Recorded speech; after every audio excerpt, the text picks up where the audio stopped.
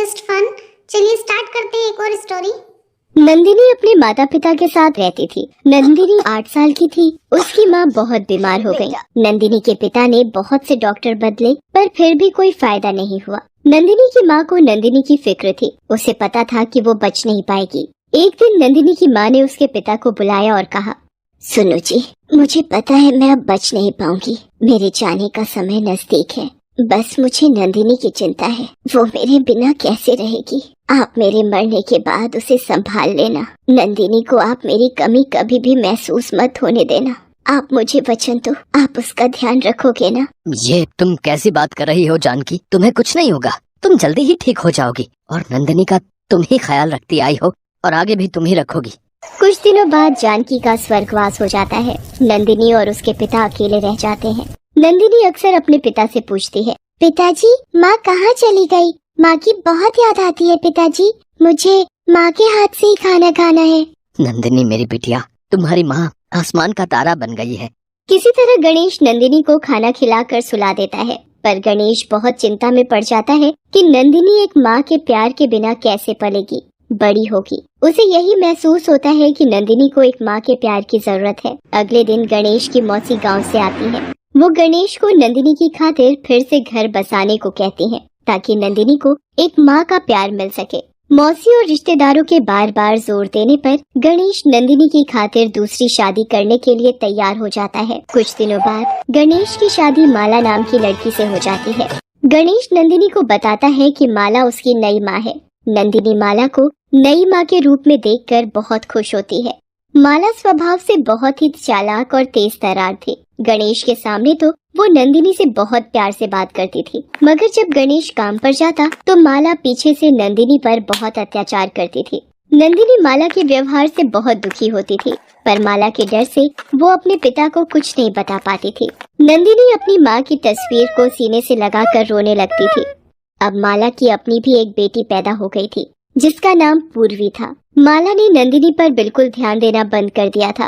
धीरे धीरे नंदिनी और पूर्वी बड़ी हो गई। नंदिनी बहुत ही सुंदर और समझदार हो गई थी, जबकि पूर्वी बहुत ही लापरवाह और बिगड़ी हुई थी। हर वक्त पार्टियों में घूमना, शॉपिंग करना, यही उसका काम था। पूर्वी भी अपनी माँ माला की तरह ही नंदिनी को तंग किया करती थी। सारा दिन अपना काम करवाना, नंदिनी पर अत्याचार करना, यही सब बचपन से अपनी माँ माला से उसने सीखा था। नंदिनी के प्रति दोनों के इस व्यवहार को देखकर नंदिनी का पिता गणेश बहुत दुखी होता था और यही सोचता था कि काश वो दूसरी शादी ना करता तो नंदिनी को सौतेली माँ का अत्याचार ना सहना पड़ता।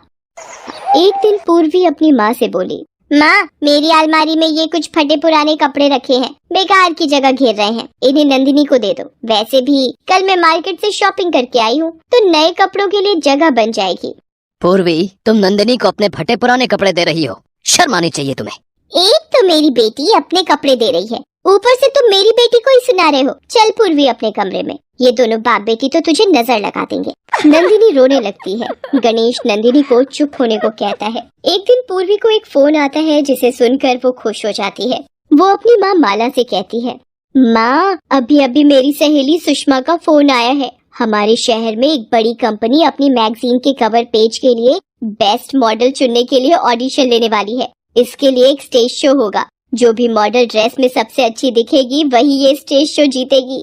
माँ मैं ही वो कंपटीशन जीतना चाहती हूँ। मेरी जगह और किसी भी मॉडल की फोटोज मैगजीन के कवर पेज पर नहीं छपेगी।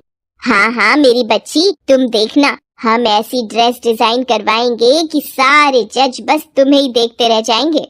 माँ सुषमा ये भी कह रही थी कि इस शो में शहर के नामी बिजनेसमैन मिस्टर किशोरी लाल जी का इकलौता बेटा पंकज भी आने वाला है और सुना है फाइनल नतीजा उसी के कहने पर निकलेगा। अरे ये तो बहुत ही बढ़िया बात है। अगर एक बार किशोरी लाल के बेटे को तुम अपनी खूबसूरती का दीवाना बना दो और वो तुमसे शादी करने के लिए पागल हो जाए तो कसम से हमारी तो जिंदगी ही बदल जाए। बस अब देर मत कर, जल्दी से तैयारी में लग जा इस कंपटीशन की। नंदिनी उन दोनों की सारी बातें सुन रही होती है और फिर अपनी ओर देखती है। फटे पुराने कपड़े, धूल से सने बाल, वो अपनी ओर देखकर चुप हो जाती है। गणेश नंदिनी को उदास होता देख उसके पास जाता है और उससे कहता है, नंदिनी मेरी बिटिया, आज तेरी इस हालत का जिम्मेदार मैं हूँ। न मैं दूसरी शादी करता और ना ही माला जैसी अत्याचारी सौतेली माँ तुझे मिलती। मैं तो तेरे लिए माँ लाना चाहता था, पर माला से शादी करके मैंने तुझे सौतेली माँ दे दी। मुझे जानकी ने तुम्हारी देखभाल के लिए जिम्मेदारी सौंपी थी, पर मैं जानकी को दिया वचन नहीं निभा पाया। मुझे माफ कर दे बिटिया। नहीं पिताजी, आपको माफी मांगने की जरूरत नहीं है, और आप रोइए मत, नहीं तो मेरा मन भी दुखे। गणेश उदास मन से वहाँ से चला जाता है। वो उस वक्त कुछ नहीं कर सकता था। कुछ दिनों बाद कंपटीशन की तारीख होती है। शो वाले दिन पूर्वी अपनी माँ के साथ तैयार होने ब्यूटी पार्लर चली जाती है। नंदिनी उदास मन से रोते हुए अपनी माँ को याद करने लगती है। माँ, पिताजी बचपन में समझाया करते थे कि तुम आसमान में तारा बन गई हो। माँ, आज मुझे आपकी बहुत याद आ रही है। आज मैं अपने आप को बहुत अकेला महसूस कर रही हूँ। माँ, तुम कहाँ हो? मेरे पास आ जाओ माँ। रोते रोते नंदिनी की आंखों के आगे चमकीली रोशनी आ जाती है और उस रोशनी में उसे अपनी माँ दिखाई देती है। वो नंदिनी को पुकारती है। क्या हुआ मेरी बच्ची? घबरा मत, मैं तो तेरे पास ही हूँ। आ, मेरे गले से लग जा मेरी बच्ची। माँ, तुम क्यों चली गई? मुझे यहाँ अकेले बहुत डर लगता है। मैं क्या करूँ माँ? अब तुझे कोई तंग नहीं करेगा। माँ, मैं भी नई माँ को अपनी माँ मानती हूँ, फिर वो हमेशा मुझसे भेदभाव क्यों करती है? आज भी प्रतियोगिता के लिए वो पूर्वी को ही तैयार कर रही है। तू रो मत नंदिनी मेरी बच्ची, मैं तुझे ऐसी चीज दूंगी जिसे पहनते ही तू किसी परी की तरह सुंदर दिखने लगेगी। ये ले नंदिनी, ये जादुई चप्पल है। इसे पहनते ही तेरी वेशभूषा बिल्कुल बदल जाएगी। पर याद रखना, अपना चेहरा छुपा कर रखना ताकि माला या पूर्वी तुम्हें पहचान न सके। पर एक बात का ध्यान रखना, रात 12 बजे से पहले तुम्हें लौटना होगा, क्योंकि इस जादुई चप्पल का जादू रात 12 बजे के बाद समाप्त हो जाएगा। नंदिनी जैसे ही जादुई चप्पल पहनती है वैसे ही बहुत ही सुंदर साड़ी पहने वो तैयार हो जाती है। नंदिनी की वेशभूषा बहुत ही सुंदर होती है, जिसमें नंदिनी बिल्कुल एक मॉडल की तरह तैयार हुई दिखाई देती है। नंदिनी अपने आप को देखती है। उसके फटे पुराने कपड़े और बाल सुंदर साड़ी और खूबसूरत बालों में बदल जाते हैं। तब जानकी की आत्मा उससे कहती है, नंदिनी, अब मेरे जाने का समय आ गया है। तुम हिम्मत से इस प्रतियोगिता में भाग लेना और जीतना। मेरा आशीर्वाद हमेशा तुम्हारे साथ है। नंदिनी दुखी मन से अपनी माँ को विदा करती है। वो अपने चेहरे को साड़ी के पल्ले से ढक लेती है। वो जैसे ही छुपती छुपाती घर के बाहर पहुँचती है, एक चमचमाती गाड़ी उसके सामने आ जाती है। गाड़ी में से एक ड्राइवर बाहर निकलता है और नंदिनी को गाड़ी में बैठने के लिए कहता है। नंदिनी गाड़ी में बैठ जाती है। गाड़ी सीधी शो वाले स्थान पर पहुंचकर रुक जाती है। नंदिनी थोड़ी घबराई हुई सी गाड़ी से बाहर निकलती है। वो स्टेज के पीछे वाली जगह पर पहुंचती है। थोड़ी देर में ही शो शुरू होने वाला होता है। नंदिनी देखती है पूर्वी भी वहीं आसपास खड़ी है। नंदिनी घूंघट से चेहरे को ढकी रहती है। तभी शो शुरू होने की आवाज आती है कि सारी लड़कियां लाइन में रेडी हो जाएं। नंदिनी भी लाइन में लग जाती है। धीरे धीरे सभी लड़कियां एक एक करके स्टेज पर जाने लगती हैं। शो शुरू हो जाता है। पूर्वी भी अपनी ड्रेस को दिखाती हुई स्टेज पर आती है। सभी मॉडल नंदिनी को देख रही होती हैं कि ये घूंघट में कौन है। तभी नंदिनी का नंबर आ जाता है।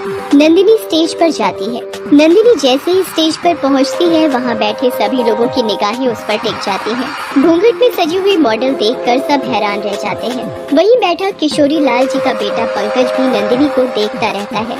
माला की नजरें लगातार नंदिनी पर टिकी हुई थी कि आखिर ये कौन है। नंदिनी वहाँ बैठे सभी लोगों को हाथ जोड़कर नमस्कार करती है। तभी वहाँ की घड़ी में 12 बजने का संकेत होता है। नंदिनी घबरा जाती है और स्टेज के पीछे आने लगती है। पंकज जब उसे ऐसा करते हुए देखता है तो वो भी उसके पीछे पीछे जाता है। पंकज को पीछे आता देख नंदिनी घबरा जाती है। जादुई चप्पल का जादू खत्म हो चुका होता है, इसलिए वो गाड़ी भी वहाँ से गायब हो चुकी होती है। बड़ी मुश्किल से नंदिनी एक ऑटो रिक्शा को रोकती है और जल्दी से उसमें बैठने लगती है। तभी उसकी एक चप्पल वहाँ गिर जाती है। नंदिनी चप्पल वहीं छोड़ ऑटो रिक्शा में चली जाती है। नंदिनी फिर से अपने उसी रूप में आ जाती है। पंकज वहाँ आता है और देखता है कि नंदिनी वहाँ नहीं है। तभी उसकी नजर नंदिनी के पैर से छूटी चप्पल पर पड़ती है। वो उस चप्पल को उठा लेता है और अपने पास रख लेता है। नंदिनी जैसे तैसे घर पहुँचती है। माला भी पूर्वी के साथ घर पहुँच जाती है। मुझे तो अभी तक ये समझ नहीं आ रहा कि वो मॉडल कौन थी जिसने साड़ी में घूंघट निकाल रखा था। अरे होगी कोई राह चलती सस्ती मॉडल।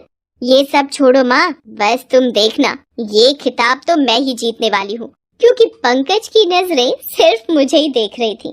नंदिनी चुपचाप उनकी बातें सुनती रहती है। अगले दिन पंकज अपने ऑफिस में आता है और मैनेजर को बुलाता है। सुधीर, मुझे वही मॉडल चाहिए अपने कवर पेज के लिए जिसने कल रात साड़ी के साथ घूंघट कर रखा था। उस मॉडल का लिबास बहुत ही सुंदर था।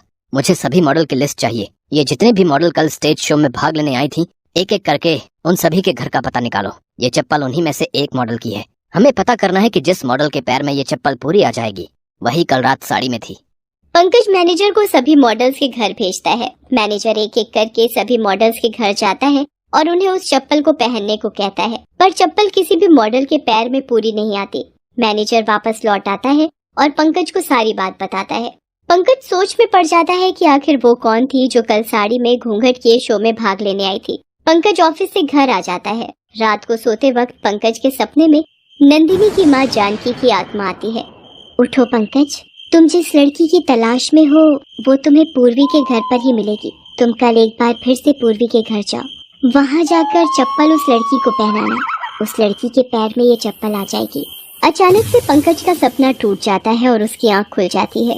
वो सपने के बारे में सोचता रहता है और ऑफिस जाकर मैनेजर से कहता है कि पूर्वी जिसने शो में भाग लिया था उसके घर वो खुद जाना चाहता है। पंकज पूर्वी के घर पहुंचता है, पर उसे वहाँ माला और पूर्वी के सिवा कोई दूसरी लड़की नजर नहीं आती है। वो माला से कहता है, क्या आपके घर से किसी और लड़की ने भी शो में भाग लिया था? नहीं नहीं पंकज जी, शो में सिर्फ पूर्वी ने ही भाग लिया था। हमारे घर में और ऐसा कोई है ही नहीं जो मॉडल हो और पूर्वी की तरह सुंदर हो। ये कौन है जो सामने झाड़ू लगा रही है? पंकज जी, ये हमारे घर में काम करती है। सुनो, जरा इधर आना। जी, आपने मुझे बुलाया? जरा इस चप्पल को पैर में पहन सकती हैं आप? माला और पूर्वी पंकज को ऐसा करते देख हैरान हो रही थी, क्योंकि उनको भनक तक नहीं थी कि नंदिनी ही वो मॉडल हो सकती है। पंकज नंदिनी को वो जादुई चप्पल पहनने को कहता है। नंदिनी जैसे ही वो चप्पल पहनती है उसके पैर में पूरी आ जाती है। पंकज को यकीन हो जाता है कि नंदिनी ही असली मॉडल है जो कल रात साड़ी में आई थी। पंकज नंदिनी को दूसरी चप्पल लाने को कहता है। नंदिनी अंदर जाकर दूसरी चप्पल लेकर आती है। सब देखकर हैरान रह जाती हैं कि नंदिनी ही असली मॉडल है। तभी नंदिनी का पिता गणेश आ जाता है। नंदिनी सारी बात अपने पिता को बताती है कि किस तरह वो कल शो में भाग लेने के लिए गई थी। गणेश नंदिनी पर बचपन से माला और पूर्वी द्वारा किए जाने वाले सारे अत्याचारों के बारे में पंकज को बताता है। वो पंकज को बताता है कि नंदिनी बचपन से ही अपनी माँ को खोने के बाद माला के अत्याचारों को सह रही है। पंकज को याद आता है कि कल रात जो उसके सपने में आई थी वो नंदिनी की असली माँ जानकी की आत्मा थी। वो गणेश को सपने की बात बताता है। नंदिनी रोने लगती है। गणेश उसे चुप कराता है और कहता है, नंदिनी, तू रो मत मेरी बेटी। देख, तेरी माँ का आशीर्वाद तेरे साथ है और हमेशा रहेगा। तेरी माँ ने जादुई चप्पल देकर तेरी सहायता की। अंकल जी, आप चिंता मत कीजिए।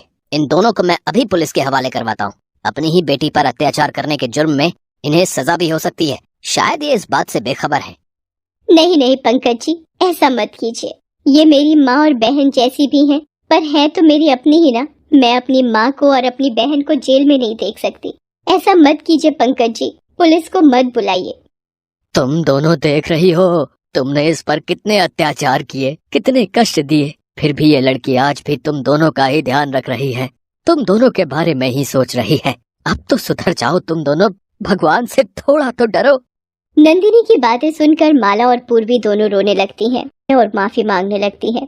नंदिनी उन्हें माफी मांगने के लिए मना करती है।